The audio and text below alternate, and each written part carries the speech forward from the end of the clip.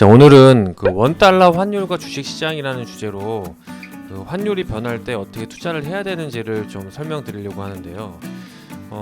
제가 증권회사에 다니면서 주식을 하시는 분들이랑 얘기를 많이 해보면 대부분의 투자자분들은 일확천금보다는 꾸준하게 내 계좌가 우상향했으면 좋겠다. 소액이더라도 정말 까먹지 않고 꾸준하게 좀 돈을 벌었으면 좋겠다, 이런 생각을 하시는 분들 되게 많아요. 이제 함수로 치면 이제 몇 함수라 그러죠.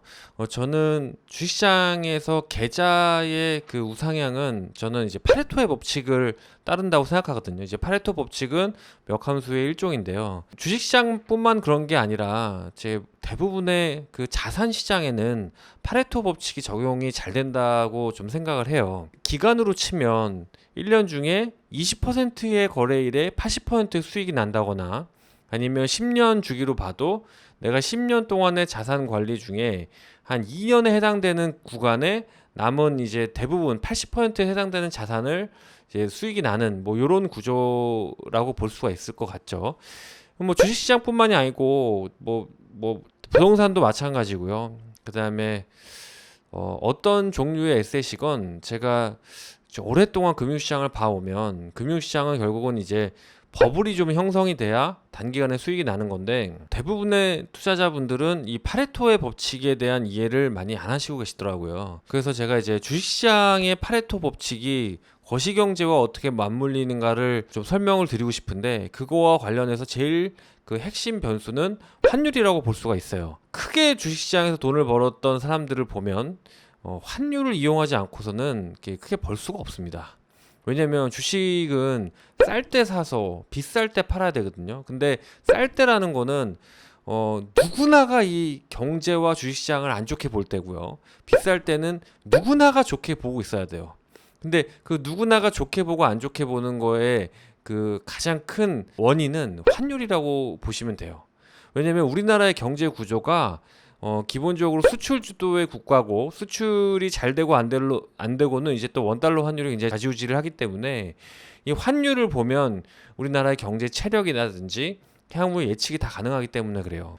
일단 환율이 주식시장에 어떤 영향을 미치는지는 크게 두 가지 그 이론이 있는데요. 첫 번째는 우리나라는 이제 수출 주도의 국가이기 때문에 원달러 환율이 오르면은 기업들이 이익이 좋아져요. 왜냐면 결산은 원화로 하는데 그 매출은 달러로 하기 때문이죠. 그러니까 워낙 원달러 환율이 오르게 되면은 원화 가치가 내려가기 때문에 똑같이 달러로 이제 매출이 나오는데 돈을 버는데 그 원화 이익이 커지기 때문에 그래요. 혹은 뭐 원달러 환율이 오르게 됐을 때 그 소나타 같은 제품들은 해외에서 가격을 인하해서 매출을 늘 수도 있는 거고요. 그래서 결론적으로 말씀드리면 원달러 환율이 오르게 되면 수출주의 이익은 좋아진다고 봐야 돼요. 하지만 주식시장에서는 오히려 원달러 환율이 오를 때 이제 조심을 해야 되는 이유가 뭐냐면, 외국인들은 원화 가치 그 코스피의 우리나라 주식의 수익률도 중요하지만 수익률보다 더 중요한 게 달러 가치예요. 왜냐면 우리나라 기업들이 원화로 재무제표를 만드는 것처럼 외국의 기관 투자자들은 달러를 기준으로 그 한국의 수익률을 계산하기 때문에 그래요. 자기들의 장부 가치를 달러로 표시하기 때문에 그래요. 그래서 원화 가치가 떨어지는 구간, 즉 원달러 환율이 올라가는 구간에는 외국인들은 크게 주식시장의 매력을 못 느껴요. 그래서 요 두 가지 점을 잘 생각을 해보면, 그럼 우리가 어떻게 원달러 환율을 가지고 주식시장에서 크게 수익이 날 수 있는지, 혹은 어떤 시장을 도망가야 되는지가 결정이 나옵니다. 그래서 이거를 좀 결론적으로 말씀을 드리면, 이거는 그냥 제 개인적인 경험이니까 여러분들은 그냥 참고만 해주시면 될 것 같아요. 환율이 1200원이 넘어가면 주식시장은 이미 패닉이에요. 그러니까 주식시장은 환율이 1200원부터는 저가 매수 잘 해두면 향후에 크게 대박이 날 수 있습니다. 왜 그러냐면, 환율이 1200원이 넘어간다는 거는 뭐냐면 우리나라의 경제가 이미 안 좋고 주식시장이 이미 안 좋고, 그다음에 정부는 외화 유출을 걱정해요. 이 이후로는 확대 재정, 금리 인하, 그다음에 유동성 확대, 뭐 이런 적극적인 경기 부양을 하게 돼 있어요. 그리고 이걸로 인한 효과가 추후 시차를 두고 뭐 6개월에서 2년 사이에 그 경제 부양 효과가 나오게 됩니다. 환율이 1200원 이상일 때는 이미 주식시장은 안 좋고 정부는 적극적인 경기 부양을 하기 때문에 향후에 이때 죽지만 않으면, 부도만 안 나면 향후에 유동성 장세에서 좀비 기업들이 살아날 가능성이 많습니다.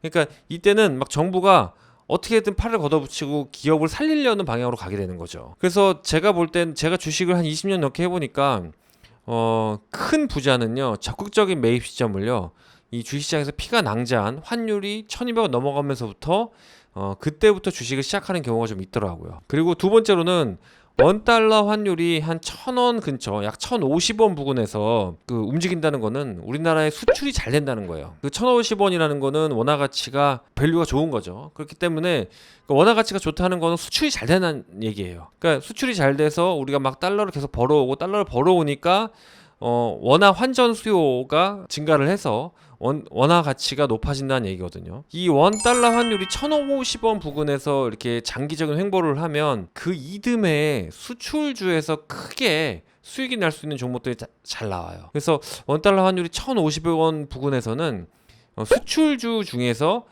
기업 실적이 좋아지는 애들이 그 이듬해에 굉장히 크게 갈 가능성이 많습니다. 대표적으로는 2014년, 2015년 원달러 바닥이었을 때 2016년에 2017년에 하이닉스가 한 3배 정도, 3만원에서 한 10만원까지 가는 경우가 나왔었죠. 그리고 세 번째로는 장기간 원달러 환율이 1050원 부근에서 횡보를 하면, 그러니까 결론적으로는 그 이후에 주식시장은 크게 오를 가능성이 많아요. 특히 2011년 이후에는요, 코스닥 지수가 30% 상승하고요, 2014년 이후에는 코스닥 지수가 40% 상승했죠.